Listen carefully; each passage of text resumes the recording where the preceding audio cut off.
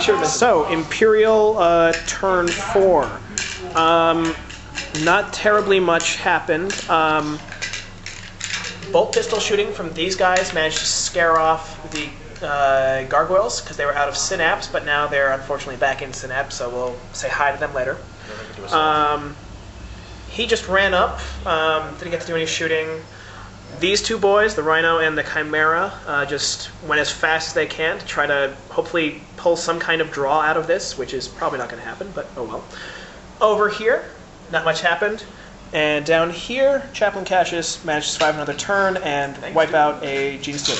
Thanks to you on that turn. We'll see what happens on Tyranid turn 5. And because we're playing a weird rules, Night Fight is now in effect. So, end of turn 5 for Tyranids. As you can see here, the Broodlord managed to finish off Cassius with a rend and a failed invulnerable save.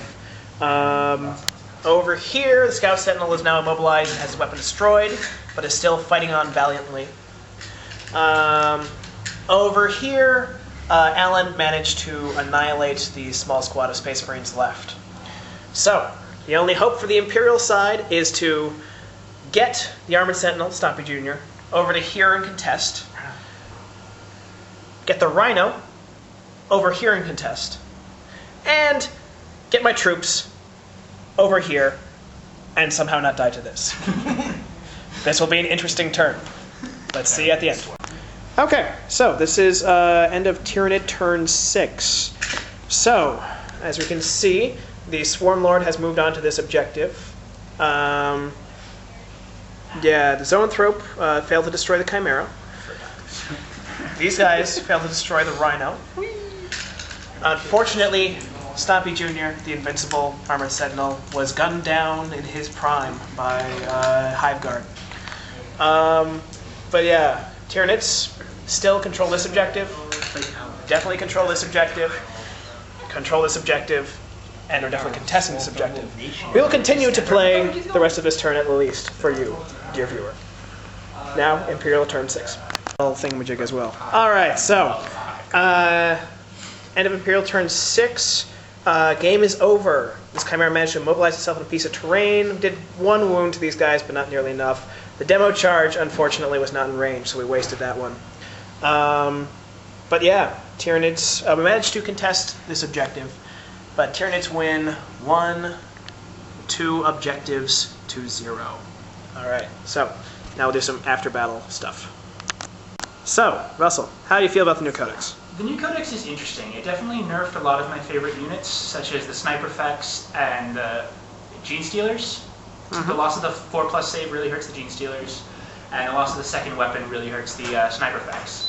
But there are a lot of units that are really very effective. I love the new Hive Guard, though, as Max can probably show you, this map was built for them, with the large terrain piece in the center of the board for them to hide behind and use their no line of sight required strength 8 AP4 shots. So I will have to test them again in more games to see how that works.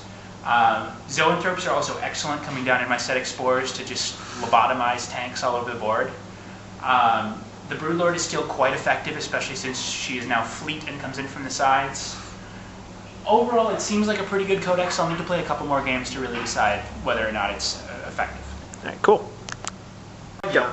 So, Caleb, what do you think of Space Marines? This is Caleb's second time playing Space Marines now. Yeah, they're getting a little easier to handle. I'm used to playing Tau, which is like, oh, no, you don't want to get into assault. No, here you do. They're a lot more fluid than I was expecting. A lot more options, and I think I kind of got bottlenecked over here, which was a bad issue, but otherwise, they did really well. Cassius survived a lot longer than I expected him to, but that's mainly because I'm not used to, like, combat-y stuff. Yeah, for the most part, my incredible tendency at horribly bad dice rolling actually was not as bad as it usually is. I think that was mainly mitigated by the fact that Space Marines are just a little bit better. Alright, what do you think of the new Bug Codex? The new Bug Codex seems a lot more fluid than the last one, having played a lot of Tyranids in the last one. Okay, let's see. Those Hive Guard are insane. And the massive Gargoyle Swarms are not to be toyed with, because they can take out Space Marines. So, even when you don't expect them to. But it still has a lot of the good stuff, it seems, like the Gene Stealer Rush. Gene Stealers dying to plain old Bolter Fire without much issue is probably going to be a problem. but the sheer effectiveness of that one Fex. What was that? Which one was that one? That's Alan. Alan, Yeah, yeah. Alan. The DAC effects. Alan the DAC effects just gunned down 2 squads, no problem. And yeah, it's going to be interesting playing more games against him. All right. So, my quick thoughts on the new bugs. I think most of the reason I got slaughtered this game was because of the radical changes that have gone through the bug codex. That plus having the Swarm start halfway up the table kind of killed us. The Swarm Lord is pretty awesome. Gargoyles are really good at providing cover and taking out infantry. But I think the MVPs, at least this game, and possibly the entire codex, were definitely the Hive Guard, Zone Tropes, and my Set Explorers. Seeing my Sentinel taken out in the first turn by Tyranids really surprised me. I'm used to those things surviving forever unless taken down in close combat. Zone Tropes really did a number in this game, and I can see how they'll just rip mech armies, particularly mech marine armies, to pieces with all their really cool new Psych Blasts. The Spores really changed the game up in an interesting way. Seeing Zone Tropes and Carnifices or Carnifexes or whatever just drop out of nowhere and wreck your things is definitely new.